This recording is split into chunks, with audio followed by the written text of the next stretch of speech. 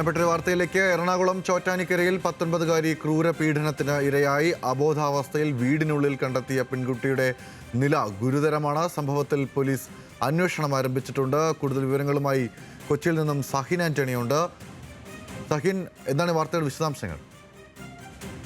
ഗൗതം, വളരെ ഗുരുതരമായ ഒരു കുറ്റമാണ് നടന്നിരിക്കുന്നത്. എറണാകുളത്തെ ചോറ്റാനിക്കരയിലാണ് ഈ സംഭവം ഉണ്ടായിരിക്കുന്നതും.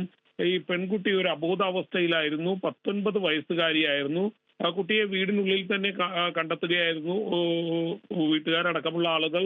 പിന്നീടാണ് ഈ വിവരം അറിയുന്നത് എന്നുള്ളതാണ് ഈ ഘട്ടത്തിൽ മനസ്സിലാക്കാൻ കഴിയുന്നത്. കഴുത്തിൽ കുരുക്കിട്ട് മുറുക്കിയിരുന്നു. കൂടാതെ ഇവരുടെ കയ്യിൽ മുറിവുണ്ടായിരുന്നു. ഇതെല്ലാം മറ്റാരോ ചെയ്ത് കുട്ടിയെ അപായപ്പെടുത്താൻ ശ്രമിച്ചിരുന്നു എന്നുള്ളതാണ് മനസ്സിലാക്കുന്നത്. ക്രൂരമായ ഒരു പീഡനത്തിന് കുട്ടി ഇരയായിട്ടുണ്ട് എന്നുള്ളതാണ് പോലീസിൽ നിന്നും അറിയാൻ കഴിയുന്നതും.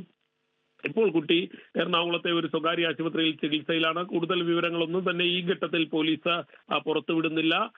എങ്കിലും നമ്മൾക്ക് മനസ്സിലാക്കാൻ കഴിയുന്നത് ഇവരുടെ ഒരു ആൺ സുഹൃത്തിനെ കേന്ദ്രീകരിച്ചുകൊണ്ടാണ് പോലീസിന്റെ അന്വേഷണം മുന്നോട്ട് പോയിക്കൊണ്ടിരിക്കുന്നത്. ഇയാള് ഞായറാഴ്ച ദിവസം അവിടെ എത്തിയിരുന്നതായി പോലീസിന് മനസ്സിലാക്കാൻ കഴിയുന്നുണ്ട്. അല്ലെങ്കിൽ അങ്ങനെ അത്തരത്തിലുള്ള ഒരു വിവരമാണ് ലഭിക്കുന്നത്. അതിന്റെ അടിസ്ഥാനത്തിൽ തന്നെ ഇയാളെ കേന്ദ്രീകരിച്ചുകൊണ്ടാണ് അന്വേഷണം മുന്നോട്ട് പോകുന്നത്. കഴിഞ്ഞ ഞായറാഴ്ച കുട്ടിയെ അബോധാവസ്ഥയിൽ വീട്ടിൽ കണ്ടെത്തുകയായിരുന്നു. കഴുത്തിൽ കുരുക്കിട്ട് മുറുക്കിയ നിലയിലായിരുന്നു ഉണ്ടായിരുന്നത്. പോലീസ് കൂടുതൽ അന്വേഷണം ആരംഭിച്ചിട്ടുണ്ട്. നേരത്തെ ഞാൻ പറഞ്ഞതുപോലെ തന്നെ ഈ കുട്ടി എറണാകുളത്തെ സ്വകാര്യ ആശുപത്രിയിൽ ഇപ്പോഴും ചികിത്സയിലാണ്. കുട്ടിക്ക് ഇതുവരെയും ബോധം വീണ്ടും കിട്ടിയിട്ടില്ല, തിരിച്ചെടുക്കാൻ കഴിഞ്ഞിട്ടില്ല എന്നുള്ളതാണ്.